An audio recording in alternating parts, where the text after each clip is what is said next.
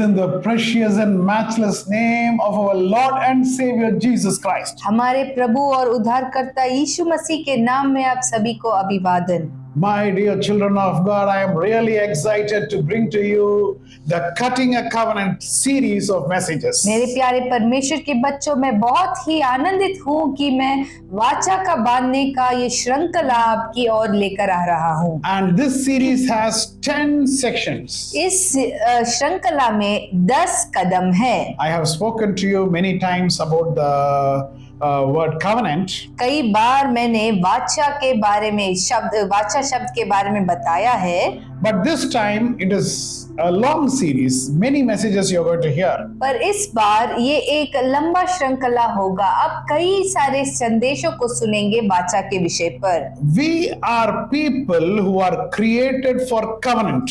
हम वाचा के लिए बनाए गए लोग हैं। Now these teachings which you are bringing for this in 10 parts will be mostly a culture-based teachings. और ये जो शिक्षा है हम आपके पास जो ला रहे हैं, जिसमें 10 कदम है, ये संस्कृति के साथ संबंधित है। Now if you understand this, you can connect yourself with Lord Jesus Christ, then you can understand what Jesus did for us on the cross. यदि हम इस संदेश को समझेंगे, तब हम समझ पाएंगे कि यीशु मसीह ने क्रूस पर हमारे लिए क्या किया और हम यीशु मसीह के साथ इस वाचा को जोड़ सकते हैं। If you do not understand covenant, then our creation itself will be a question mark. और यदि हम वाचा के बारे में समझ नहीं पाते, तो हमारा सृष्टि का जो मकसद है वो एक बहुत बड़ा प्रश्न चिन्ह में आ जाएगा। Now we all know that we have a treasure and that treasure is the word of God. हम सब जानते हैं कि हमारे हाथ में एक खजाना है और वो खजाना है परमेश्वर का वचन। There is another one name for this book, you know that?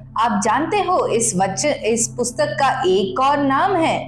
That name is, this is the book of covenant.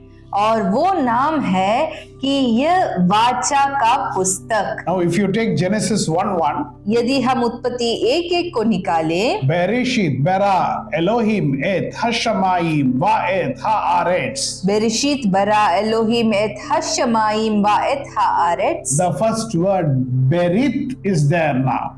और पहले शब्द में ही बेरीत हम पाते हैं। Inside Bereshit, berit is there. बेरिशीत के अंदर बेरीत है। Now what is berit? बेरीत का मतलब क्या है? That is a Hebrew word for covenant. ये वाचा के लिए इब्रानी शब्द है। Glory be to God. परमेश्वर की महिमा हो। Now firstly I will tell you the 10 steps of this. और पहले मैं आपको इसका 10 कदम बता देता हूँ। Then today we are going to see just the first step. और आज हम पहला कदम को देखेंगे। Glory be to God. परमेश्वर की महिमा हो। Note down these 10 points now. इस 10 पॉइंट को आप नोट कर लीजिएगा। In cutting a covenant, वाचा को बांधने में number 1, पहला, count the cost. खर्चा का जोड़ा करो। Number 2, दूसरा, bringing witnesses. साक्षियों को लाना। Number 3, तीसरा, choose time and place. समय और स्थान को चुनो। 4th, चौथा, exchange of robes. वस्त्र की अदला बदली। 5, पांचवा, exchange of belts. कमरबंद की अदला बदली। Number 6, छठवा, cutting the animal in half. जानवर को आधा आधा काटना। 7, सातवा, cutting the wrists. कलाई को काटना। Number 8, आठवा, exchange of oath. शपथ की अदला बदली। Number 9, now, exchange of names. नामों की अदला बदली। And finally 10, और आखिरी में 10वां, ceremonial meal, or we can say meal of covenant. धार्मिक भोजन, या हम ऐसे कह सकते हैं वाचा का भोजन। Glory be to God. परमेश्वर की महिमा हो। This is a series of 10 steps and 10 messages. और ये एक श्रृंखला है जिसमें 10 कदम है और 10 मैसेजेस भी होगा। And today we are going to see the first. और आज हम पहले कदम को देखेंगे। Count the cost. खर्चा को जोड़ना। Christian life is a life of covenant. मसीह जीवन वाचा का जीवन है। Now it is a very, sometimes we feel it is very hard, at the same time we can feel it is very easy also. और कई बार हमें ऐसा लगता है कि बहुत मुश्किल है ये जीवन, पर कई बार ऐसा लगता है कि आसान भी है। We cannot live a life as we wish. In a Christian life we cannot do that. अपने मर्जी के अनुसार हम अपना मसीह जीवन बिता नहीं सकते। Now Christian life, many people take it very easy. और कई लोग मसीह जीवन को बहुत हल्का लेते हैं। Now if we have developed a friendship with somebody यदि हमने किसी के साथ दोस्ती बनाई है तो, and we are walking as a brother or a sister in Christian life, we are walking with that person. और मसीह जीवन में एक भाई बहन बनकर यदि हम चल रहे हैं, Suddenly you cannot say hi, bye and leave the relationship. अचानक हम उनको हाय बाय बोल के उनको आधे में छोड़ नहीं सकते। We have to strive maximum to maintain. हमें प्रयास करना पड़ेगा ताकि हम इस संगति को बना के रखें। Everyone should feel, everyone should say, I am in a covenant life. हर एक को ये बात महसूस करना है और या अपने आप से कहना है कि मैं एक वाचा का जीवन में हूँ। Count the cost before you enter into the covenant. वाचा में जाने से पहले उसका खर्चा को जोड़ के देखो। Glory be to God. परमेश्वर की महिमा हो। Now, firstly, let us turn our Bible to Luke chapter 14. और पहला हम खोलेंगे लूका उसका 14 अध्याय। Our Lord Jesus Christ is talking about counting the cost in various places. हमारे प्रभु यीशु मसीह खर्चा को जोड़ने के विषय पर कई जगह में प्रचार दिए थे। So let us turn our Bible to Luke chapter 14 verse 25 to 27. पहले हम निकालेंगे लूका के पुस्तक 14 अध्याय उसका 25 से 27 पद। Yes. जब बड़ी भीड़ उसके साथ जा रही थी तो उसने पीछे मुड़कर उनसे कहा, यदि कोई मेरे पास आए और अपने माता और पिता और पत्नी और बच्चे और भाइयों और बहनों वरन अपने प्राण को भी अप्रिय न जाने तो वह मेरा चेला नहीं हो सकता। और जो कोई अपना क्रूस न उठाए और मेरे पीछे न आए वह भी मेरा चेला नहीं हो सकता। Many people have misinterpreted verse 26. और कई लोग ये 26 पद जो है इसका बहुत ही गलत व्याख्या देते हैं। They say, the Bible says that you have to hate your father, mother, wife, children, and they give an explanation for that. और वो कहते हैं कि बाइबल में इस प्रकार लिखा गया है कि अपने पिता, माता, बच्चे, पत्नी सबको अप्रिय मानो और अपना खुद का एक व्याख्या दे देते हैं। Now, Jesus did not say that. यीशु मसीह वैसा नहीं कहे। He is only meaning the love which you have towards Jesus should be more compared to the love which you have for other people. यीशु मसीह का कहने का यही तात्पर्य था कि जितना तुम परमेश्वर पर परमेश्वर को प्रेम करते हो वो अपने परिवार के प्रेम से ज्यादा होना चाहिए। We need to love Jesus more. God is making it very clear. परमेश्वर इस बात को बहुत ही स्पष्ट करा देते हैं कि हमें यीशु मसीह से ज्यादा प्रेम रखना है। Now, when we take water baptism, what do we say at that time? और जब हम पानी का बपतिस्मा लेते हैं उस समय हम क्या कहते हैं? There is a very wonderful song we sing that time. बहुत ही सुंदर सा गीत गाते हैं हम उस समय। I have decided to follow Jesus. I have decided to follow Jesus. I have decided to follow Jesus. No turning back, no turning back. No turning back, no turning back. So which means really you should not turn back. इसका मतलब है सचमुच हमें पीछे नहीं मुड़ना है या पीछे नहीं होना है। Are we ready to take the cross and follow Jesus? That needs to be decided before we enter into a covenant. क्या हम सचमुच तैयार हैं क्रूस उठाकर यीशु मसीह के पीछे होने के लिए? ये वाचा बांधने से पहले हमें सोचना चाहिए। Glory be to God. परमेश्वर की महिमा हो। Secondly, there is a counting of cost. और दूसरा खर्चा को जोड़ के देखना। Let us see in the same chapter, verse 28 to 30. उसी अध्याय में हम देखेंगे 28 से लेकर 30 पद तक। तुम में से कौन है जो गढ़ बनाना चाहता हो और पहले बैठकर खर्चा न जोड़े कि पूरा करने की सामर्थ्य मेरे पास है कि नहीं? कहीं ऐसा न हो कि जब वह नींव डाल ले पर तैयार न कर सके तो सब देखने वाले यह कहकर उसे ठट्टों में उड़ाने लगे, यह मनुष्य बनाने तो लगा पर तैयार न कर सका। This is very simple for us to understand. ये बहुत ही आसान है समझने के लिए। A person who decides to build a tower should estimate the cost beforehand. और जो आदमी गढ़ बनाना चाहता है उसे पहले से ही बैठ के उसका खर्चा जोड़ के देखना पड़ेगा। Let us come to the third counting of the cost. और तीसरा हम देखेंगे खर्चा जोड़ने के विषय पर, Verse number 31 and 32. 31 और 32। Yeah.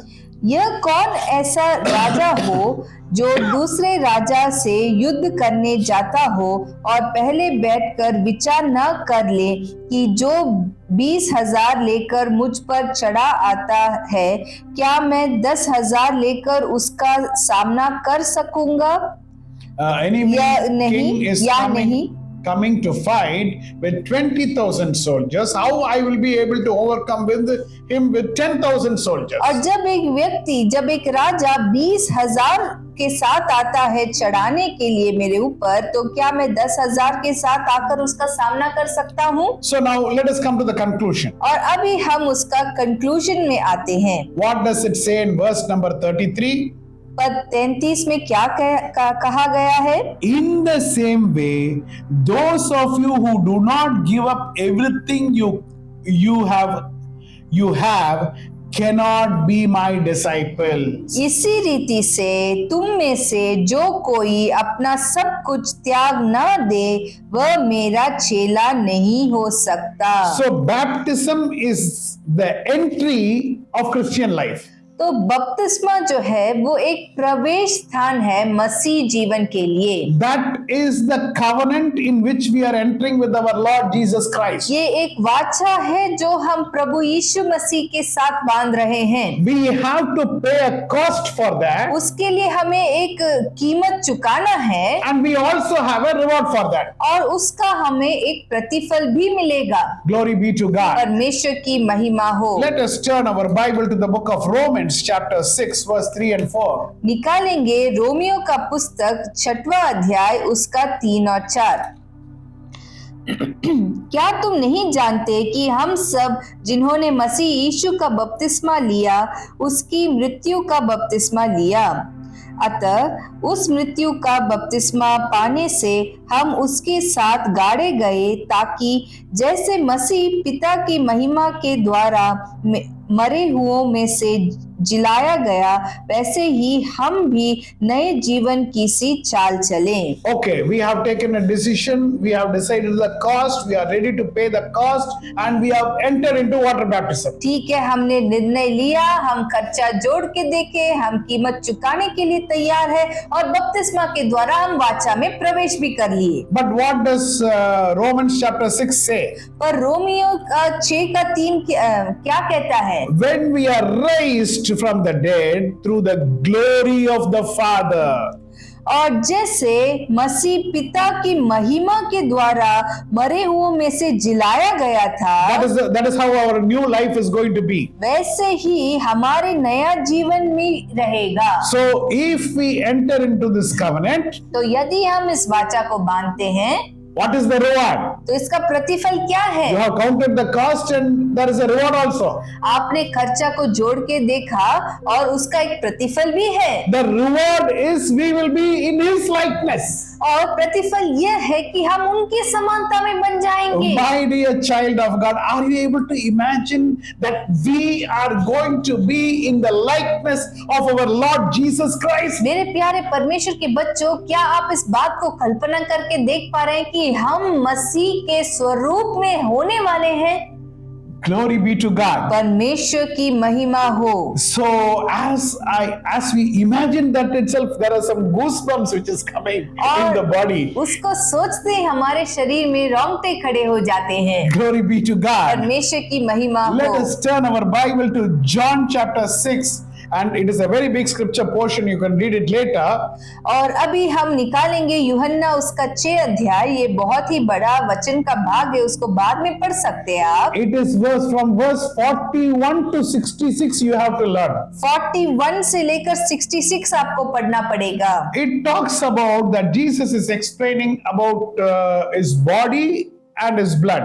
और यीशु मसीह इधर अपना शरीर और अपने लहू के बारे में बता रहे हैं। If we take verse 55, यदि हम 55 पद को लेंगे, he says 55 and 56 I am reading.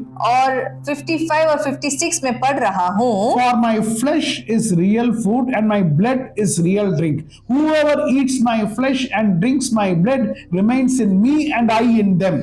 क्योंकि मेरा मांस वास्तव में खाने की वस्तु है और मेरा लहू वास्तव में पीने की वस्तु है। जो मेरा मांस खाता और मेरा लहू पीता है वो मुझ में स्थिर बना रहता है और मैं उसमें। Now see what's in 60 what happens. और देखिए 60 पद में क्या होती है। On hearing it, many of his disciples said, "This is a hard teaching. Who can accept it?" उसके चेलों में से बहुतों ने यह सुनकर कहा, यह कठोर बात है, इसे कौन सुन सकता है। Glory be to God. परमेश्वर की महिमा हो। In verse 54, Jesus says, "Whoever eats my flesh and drinks my blood has eternal life, and I will raise them up in the last day." और पद 54 में वो कहते हैं, जो मेरा मांस खाता और मेरा लहू पीता है अनंत जीवन उसी का है और मैं उसे अंतिम दिन फिर जिला उठाऊंगा। So he calls us to partake in his body and flesh, and means that by partaking in this covenant, we are going to have eternal life.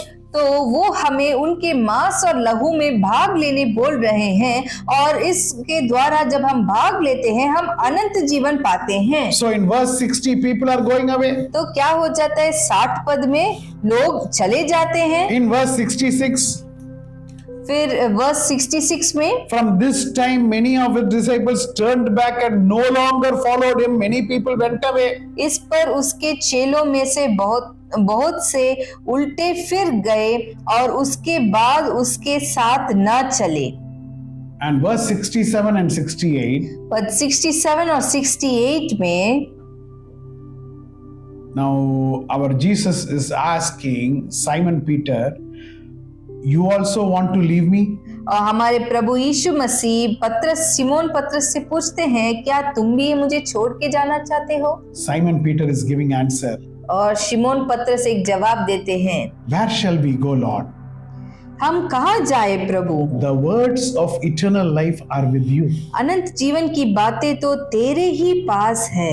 My dear child of God, मेरे प्यारे परमेश्वर के बच्चों, everybody should come to a point of counting the cost. हर एक को अपने जीवन में एक स्तर में आना है जो खर्चा को जोड़ के देखता है। This is what I need to do. यही काम मुझे करना चाहिए। I have to pay a price for entering into this covenant. इस वाचा में प्रवेश करने के लिए मुझे एक कीमत चुकाना है। I have to follow the commandments of God. मुझे परमेश्वर का आज्ञा मानना पड़ेगा। I have to give one day to God. मुझे परमेश्वर के लिए एक दिन अलग करना पड़ेगा। God has given a list of restricted food and food which I eat. Okay, I can eat that, and restricted food I should not eat. और परमेश्वर मेरे भोजन के लिए कुछ भोजनों को कुछ खाने की चीजों को वर्जित किए हैं, मुझे खाना है जो वो कहते हैं खाओ, और जो नहीं खाओ कहते हैं मुझे नहीं खाना। So I have to set my mind thinking everything, and then I have to decide, yes, I will follow, because I am going to receive a great reward in the end. और ये सब बातों को मुझे मन में ही सोचकर ये ठान लेना चाहिए कि हाँ प्रभु मैं पालन करूंगा, क्योंकि अंत में मुझे एक बड़ी प्रतिफल मिलेगी। Let us see some incidents from the Old Testament. पुराने नियम में से हम कुछ घटनाओं को देखेंगे। We are going to turn our Bible to 1 Samuel chapter 11 verse 1 and 2 we are going to see. और हम निकालेंगे पहला शमूएल 11 अध्याय उसका 1 और 2 पद। Nahash the Ammonite went up and besieged Jabesh Gilead, and all the men of Jabesh said to him, "Make a treaty with us." तब अमोनी नहाश ने चढ़ाई करके गिलाद के याबेश के विरुद्ध छावनी डाली और याबेश के सब पुरुषों ने नहाश से कहा, हमसे वाचा बांध और हम तेरी अधीनता मान लेंगे। Now Nahash the Ammonite is going to capture a place, and that place Jabesh Gilead, those people are telling, you enter into a covenant with us, treaty with us. और ये अमोनी नहाश जो है वो चढ़ाई करता है और जाबेश गिलाद को वो ले लेता है, और वहां के लोग पुरुषों ने क्या कहा कि तुम मेरे साथ एक वाचा बांधो। But do you know what the guy has told? आप जानते हो उस आदमी का जवाब क्या था? He is telling in verse number 2, I will make a treaty with you only on one condition. वो कहते हैं कि मैं तुमसे वाचा इस शर्त पर बांधूंगा, I will gouge out the right eye of every one of you so that it brings disgrace to all Israel. कि मैं तुम सबों की दाहिनी आंखें फोड़कर इससे सारी इस्राएल की नामधराई का कारण कर दूं। So, you know, when normally the aiming eye is the right eye. और नॉर्मली जो है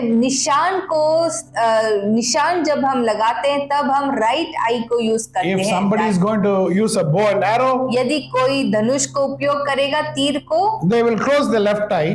वो बाएं का जो आंख है वो बंद कर देंगे। With the right eye they will aim.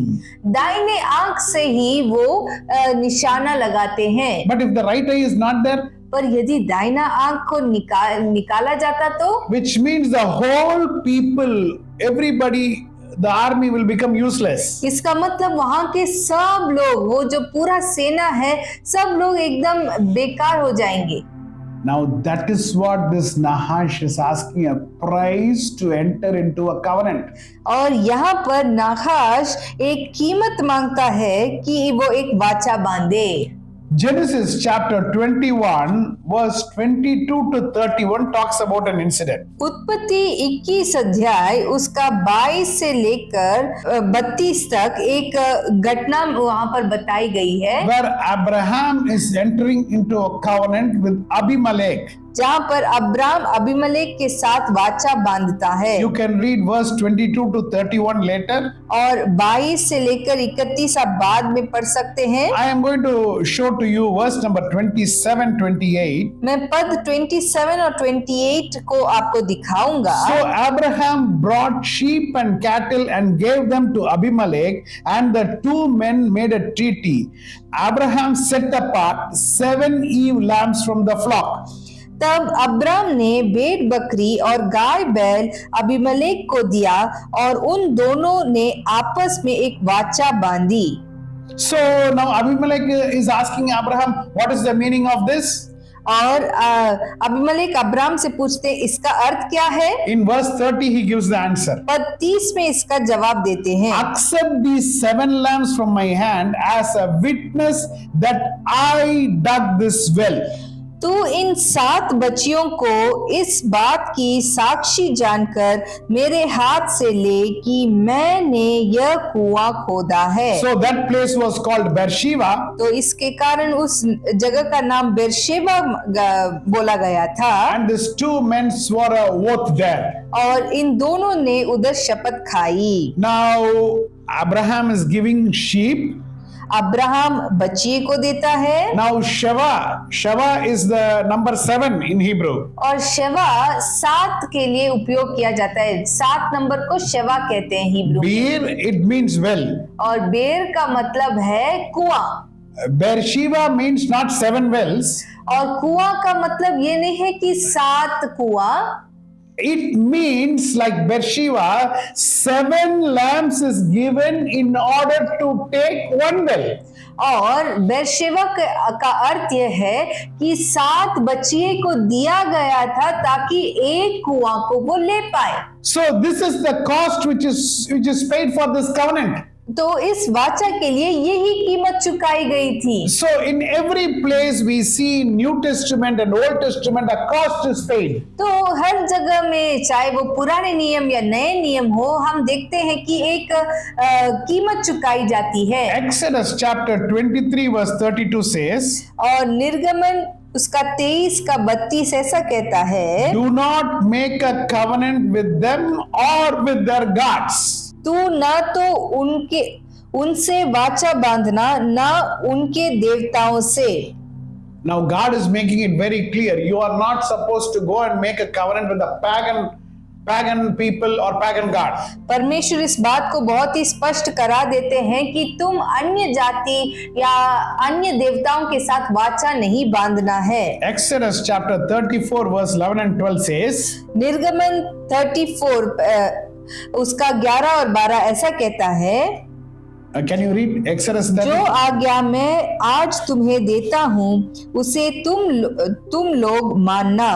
देखो मैं तुम्हारे आगे से एमोरी, कनानी, हित्ती, परिजी, हिव्वी और यबूसी लोगों को निकालता हूँ। इसलिए सावधान रहना कि जिस देश में तू जाने वाला है उसके निवासियों से वाचा न बांधना, कहीं ऐसा न हो कि वह तेरे लिए फंदा ठहरे। Covenants with other gods is a trap. दूसरे देवताओं के साथ वाचा बांधना वो एक फंदा है। When you get caught in a trap, what happens? जब हम एक जाल में फंस जाते तो क्या होता है? What happens? क्या होता है? Death. मृत्यु। Now always when you see a trap means it will be something which is very nice. और जब भी हम कोई जाल या फंदा देखते हैं तो वो आकर्षित होता है। Now you know this mouse trap. आप जानते हैं ये चूहों को पकड़ने के लिए जो ट्रैप होती है। Now you keep a small box as a trap for the mouse. और एक छोटा सा बॉक्स रखते हैं एक चूहा को पकड़ने के लिए। But you keep something inside. उसके अंदर हम कुछ खाने का चीज रखते हैं। What do you keep? क्या रखते हैं हम? Or a fish, मछली रखते हैं, or a coconut, या नारियल, and what all the mouse likes you keep. और जिससे वो चूहा आकर्षित हो उन चीजों को हम रखते हैं। So the mouse is coming happily. तो खुशी खुशी दौड़ के आता है वो चूहा। But when the mouse is caught, और जिस समय वो चूहा को वो पकड़ा जाता है, anytime you have seen that mouse eating that fish or coconut, क्या उसके बाद आप देखे हो कि कभी वो चूहा उस पूरा नारियल को या उस मछली को खा लेता है? it won't eat. नहीं खा पाएगा। My dear child of God, मेरे प्यारे परमेश्वर के बच्चों, we see that joy and happiness and we think, oh wow, it is going to be really nice. But when you go into the trap, you will not be able to enjoy that. और कई बार कई चीजों से हम आकर्षित हो जाएंगे और यदि हम कहते हैं वाह ये बहुत अच्छा होने वाला है, पर जब हम अंदर जाएंगे तो वो एक जाल है या एक फंदा है जिसका हम आनंद नहीं उठा पाएंगे। There is a difference between covenant and contract. वाचा और अनुबंध में एक फर्क है। Contract you can make with many people. अनुबंध हम कई लोगों के साथ बांध सकते हैं, But covenant is with one person. पर वाचा एक व्यक्ति के साथ ही, It cannot be changed. और उसको बदल नहीं सकते हम। Glory be to God. परमेश्वर की महिमा हो। Let us turn our Bible to the book of Deuteronomy chapter 7 verse 2 to 4. और हम निकालेंगे व्यवस्था विवरण 7 अध्याय उसका 2 से 4। व्यवस्था विवरण 7 अध्याय उसका 2 से 4। Again here God speaks about don't make a covenant with those people when you enter that land. और यहाँ भी परमेश्वर बोलते हैं कि जब तुम उस देश में जाओगे तो तुम उन लोगों के साथ वाचा न बांधना। Why God says that? क्यों कहते हैं? Because God is very concerned. क्योंकि परमेश्वर बहुत ही चिंता करते हैं। Because he says if you enter into a covenant with them, they will take you away from me. कि यदि तुम उनके साथ वाचा बांधोगे तो वो लोग तुम्हें मुझसे दूर करा देंगे, They will separate you from me. वो मुझसे आपको दूर करा देंगे। My dear child of God, मेरे प्यारे परमेश्वर के बच्चों, now we don't want to get separated from God under any cost. हम किसी भी कीमत में परमेश्वर से दूर नहीं होना चाहते। Romans chapter 8 verse 36 to 39 Paul says like this. Romeo 8 उसका 36 से 39 ऐसा कहता है, परंतु इन सब बातों में हम उसके द्वारा जिसने हमसे प्रेम किया है जयवंत से भी बढ़कर है, क्योंकि मैं निश्चय जानता हूं कि ना मृत्यु ना जीवन ना स्वर्गदूत ना प्रधानताएं ना वर्तमान ना भविष्य ना सामर्थ ना ऊंचाई ना गहराई और ना कोई और सृष्टि हमें परमेश्वर के प्रेम से जो हमारे प्रभु यीशु मसीह में है अलग कर सकेगी। What can separate me from the love of Christ? और कौन सी बात हमें मसीह के प्रेम से अलग कर सकता है? Paul is giving a list. पौलुस एक लिस्ट देते हैं। But my dear child of God, पर मेरे प्यारे परमेश्वर के बच्चों, if we are not ready to pay a price, यदि हम कीमत चुकाने के लिए तैयार नहीं हैं, then it is difficult. तो मुश्किल है। Today when people get a small headache आजकल जब लोगों को एक छोटा सा सिर दर्द हो जाता है or they face a small problem, या छोटी सी समस्या का सामना करते हैं, they say, why Lord all this problem? They immediately start grumbling. तुरंत वो बुड़बुड़ाना शुरू करते हैं, प्रभु ये सारी समस्या क्यों मेरे लिए? And sometimes we see people have gone away from God. और कई लोग हम देखते हैं प्रभु से बहुत दूर चले जाते हैं लोग। And when we see people going away from God like that, it pains. और जब हम ऐसे देखते हैं कि लोग दूर जा रहे हैं परमेश्वर से, तो बहुत दर्द होता है। When it pains us, how much it will pain God? जब हमें ही इतना बुरा लगता है तो परमेश्वर को कितना ही बुरा लगेगा। Why Lord, they are having a car, I am not having that car. क्यों प्रभु इनके पास कार है, मेरे पास कार नहीं? For small things, people start leaving God and going. छोटी छोटी बातों के लिए प्रभु को छोड़ के जाते हैं। My dear child of God, मेरे प्यारे परमेश्वर के बच्चों, today God is asking you, आज प्रभु आपसे पूछ रहे हैं, are you ready to follow me under any cost? क्या किसी भी कीमत में तुम मेरे पीछे होने के लिए तैयार हो? Paul has made it very clear. पौलुस इस बात को बहुत स्पष्ट बना दिए। Death cannot separate me. मृत्यु मुझे अलग नहीं कर सकता। Angels cannot separate me. स्वर्गदूत मुझे अलग नहीं कर सकते। Demons cannot separate me. प्रधानताएं मुझे अलग नहीं कर The सकता। present cannot separate me. वर्तमान मुझे अलग नहीं कर The सकता। future cannot separate me. भविष्य मुझे अलग नहीं कर सकता। Or any other powers cannot separate me. या कोई भी सृष्टि या शक्ति मुझे अलग नहीं कर सकती, Because I love you, Lord. क्योंकि प्रभु मैं आपसे प्रेम करता हूँ। Will you say that? क्या हम इस बात को अंगीकार करेंगे? Will you tell God, I will pay any price and I will follow you, Lord? क्या हम प्रभु से कहेंगे कि प्रभु मैं कोई भी कीमत चुकाने के लिए तैयार हूँ ताकि मैं आपके पीछे हो पाऊँ? We are the most blessed people in this world. हम इस दुनिया में सबसे आशीषित लोग हैं। Can we say together? क्या हम एक साथ बोल सकते हैं? I have decided to follow Jesus. I have decided to follow Jesus. I have decided to follow Jesus. No turning back. No turning back. No turning back. No turning. Do we know this song in Hindi? यीशु के पीछे, everybody. मैं चलने लगा, यीशु के पीछे मैं चलने लगा, यीशु के पीछे मैं चलने लगा, ना लौटूंगा, ना लौटूंगा, ना लौटूंगा, ना लौटूंगा। God bless you. प्रभु आपको आशीष दे।